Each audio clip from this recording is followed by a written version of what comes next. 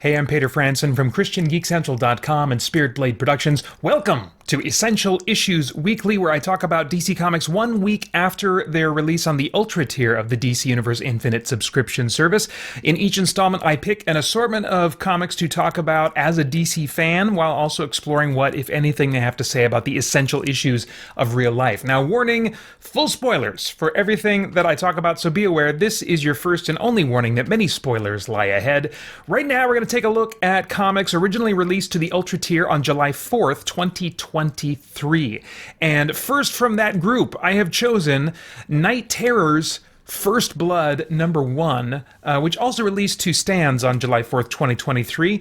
It introduces a crossover that is kind of a subcategory of the Dawn of DC initiative that's been going on this year.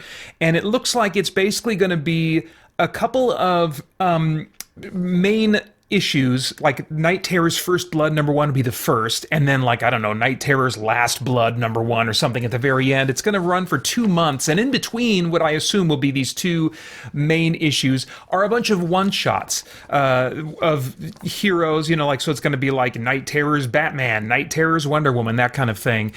And I think each one is going to take the opportunity to sort of delve into the nightmares of these individual characters that we're familiar with, and then probably, wrap up with a bookended story. It's introducing the new villain Insomnia. So we've seen this kind of formula many times over the years, and it's not one that I necessarily dislike. I really liked, Armageddon 2000 back in the day. And I think that each of these one-shots in particular will present an opportunity to get into the characters themselves, to delve into what are their greatest fears. And any kind of character-driven storytelling in comic books is really going to catch my attention, and it's going to tend to be more likely to be something I really enjoy. So I think that I will be lightly interested. I'll probably only read the tie-in one-shots for characters I'm already invested in.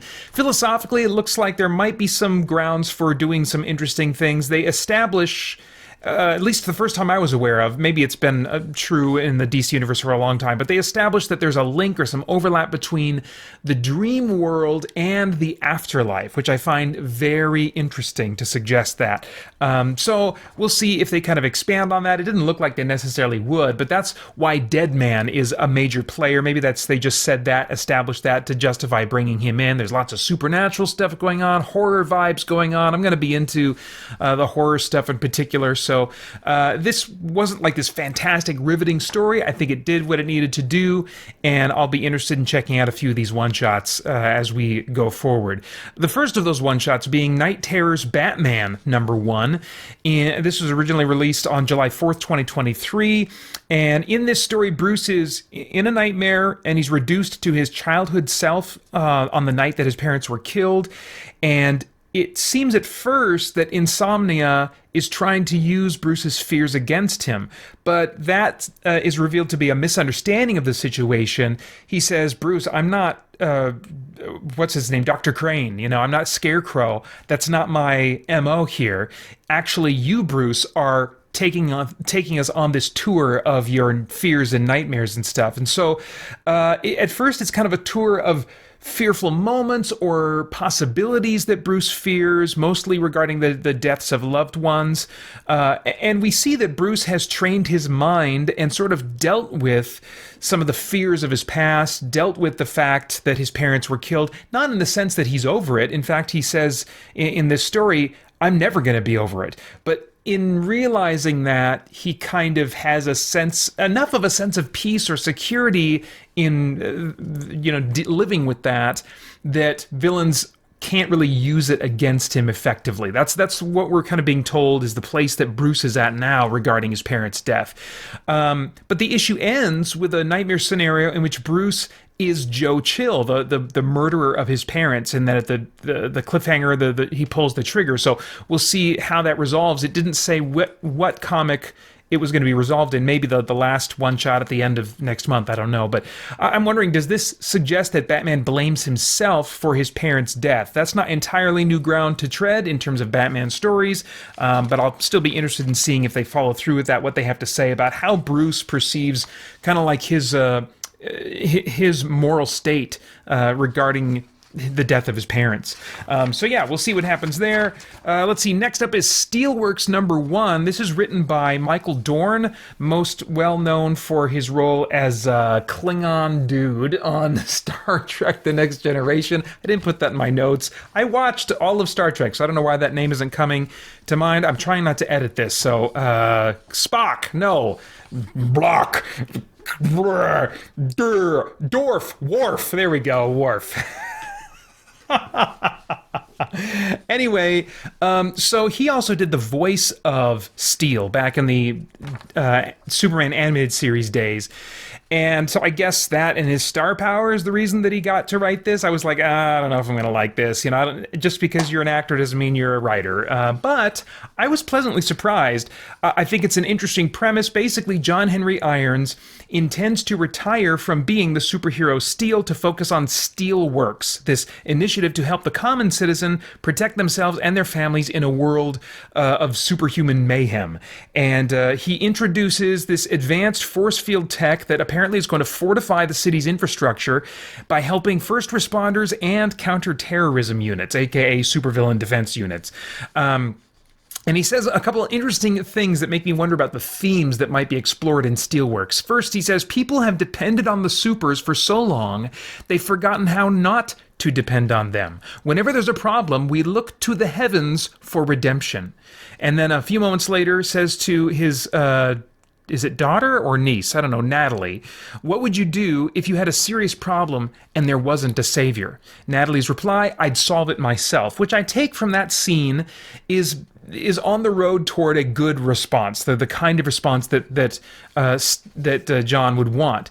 So I'm wondering, as I read this, will this theme be a philosophical commentary in favor of, say, rejecting theism and embracing humanism? After all, he says, whenever there's a problem, we look to the heavens for redemption. Or is that just kind of like continuing to play with the metaphor of talking about superheroes like modern gods? You know, maybe it's just that's going on. Despite the religious language, I don't think that's the metaphor or the theme that really is likely to be explored here. I'm betting on a political/economic theme related to the challenges of low-income inner-city life. But if that is the case, then the foundation being laid strikes me as surprisingly politically and economically conservative. John Henry is calling up individuals to be self-reliant rather than relying on human powers greater than them. And the funding for his planned infrastructure improvements seems to be coming from a private fund run by a board of directors, not the government and taxpayers. So I find that very interesting. Although I, lean conservative when it's time to vote, I otherwise don't really think about politics and things like that. I'm not near political enough to be rooting for a right-wing message in comics or anything like that. But since those in the high-profile creative space do not tend to be conservative, if this story continues in the direction it's headed thematically, it's going to be really noteworthy to me, and it's definitely going to have my attention.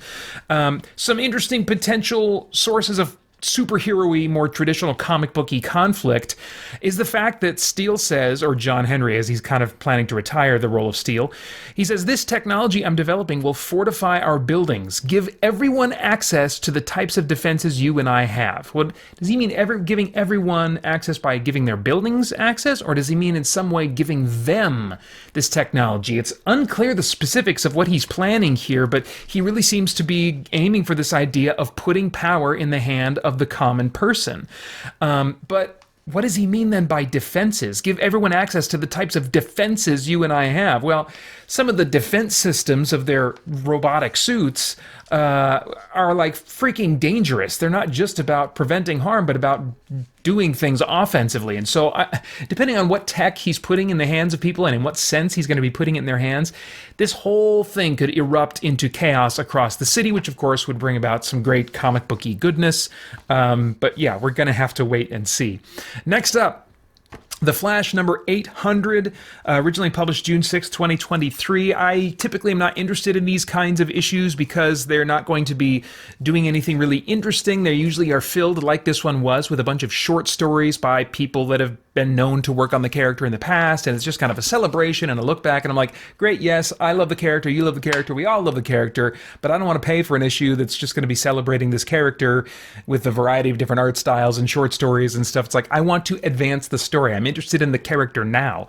But thankfully, this one seems to kind of divert from what I've experienced as a trend in that sense, to really be establishing, not just celebrating the past of the Flash, but I think hinting at maybe what will be relevant to stories surrounding the Flash going forward. Writers include Jeff Johns, Jeremy Adams, Mark Waid, and Joshua Williamson, and one other, Spurrier is the last name. I think he is a more recent writer, maybe the one that's taking over, I can't remember.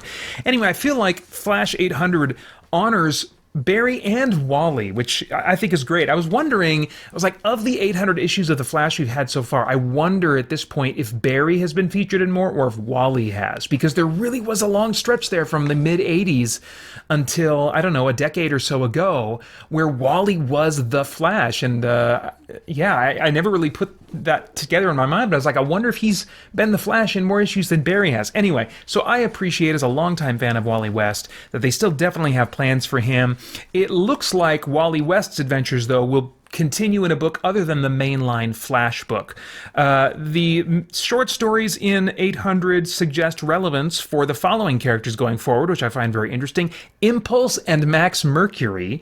They even make a joke referencing, it's like, this takes place between, it's a flashback story, this takes place between Impulse issues blank and blank, and then the editor's note adds to that, that's right, Impulse used to have a comic, go ask your parents, you know.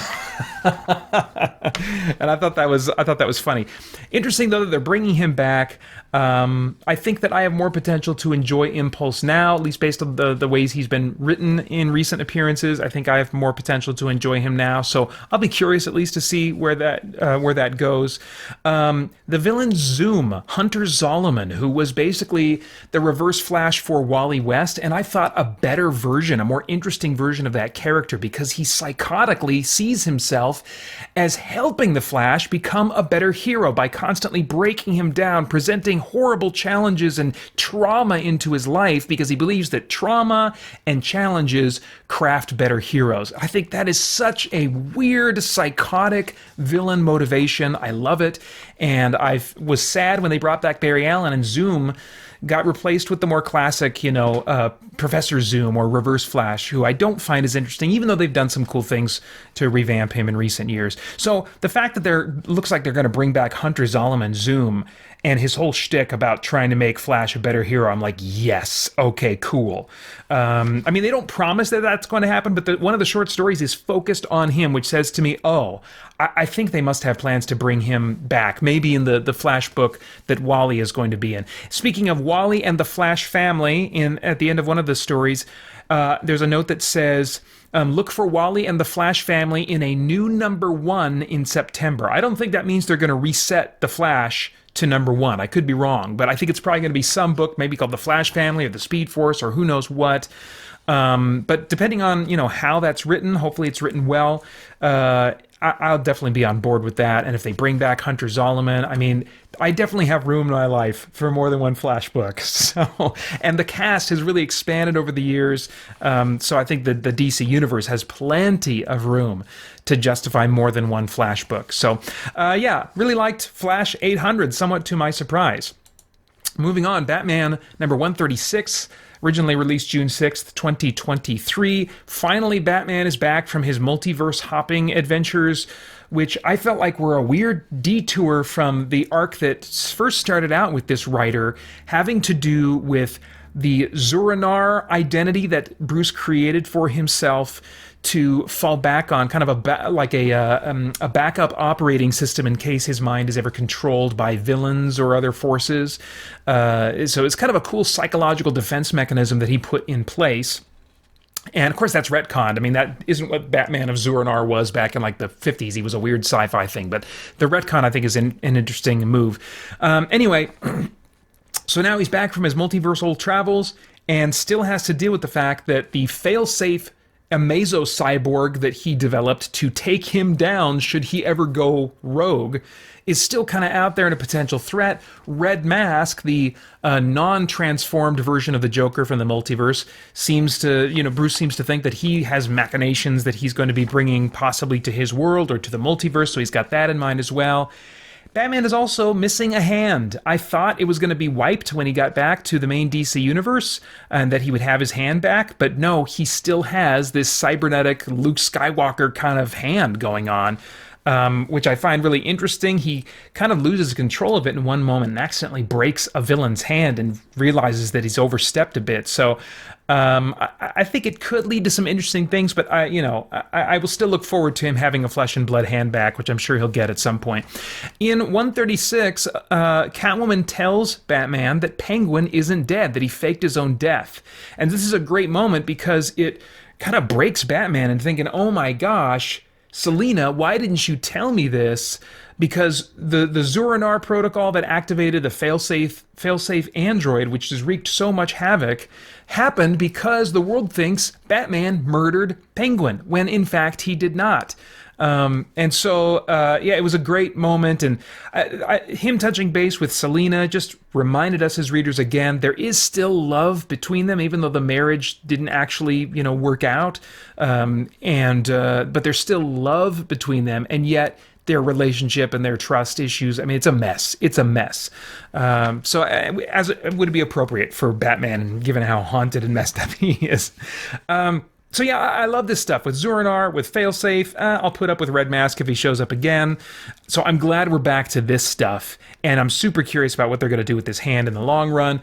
Bruce also seems to be losing his mind and having these visions of the Bat family. Like, he has a time with them at the end that seems to be nice, but then he's envisioning them all in flames, and so he seems to be kind of losing his mind a bit, and I'm sure that has connections to the Zur-Anar subplot, because Batman of Zur-Anar is now fighting him for control because this other persona that Bruce himself set up believes that really Bruce is not ready to take control of himself again, that he's still damaged, he's still messed up, and Zur-Anar needs to be in charge. And so, man, great stuff, great character stuff, and I'm back to being excited for the next issue. Okay, so two more. Adventures of Superman, Jon Kent, number 4. So Jon Kent is in the Injustice DC universe, and he's learned now that his father in this universe, Cal, is actually a monster and has gone horribly off the rails. But Jon can't, he wants to get home, of course, but he can't leave without doing something. He wants to try and make things better in this world. He meets the Resistance led by Batman and some other characters, and he wants to help them, but he still is gathering lots of data, trying to figure this world out, and he's also at the same time being investigated by the Injustice world's Damian Wayne, who is actually, in this universe, his age, roughly, as opposed to still being very, elementary age as he is in the DC universe.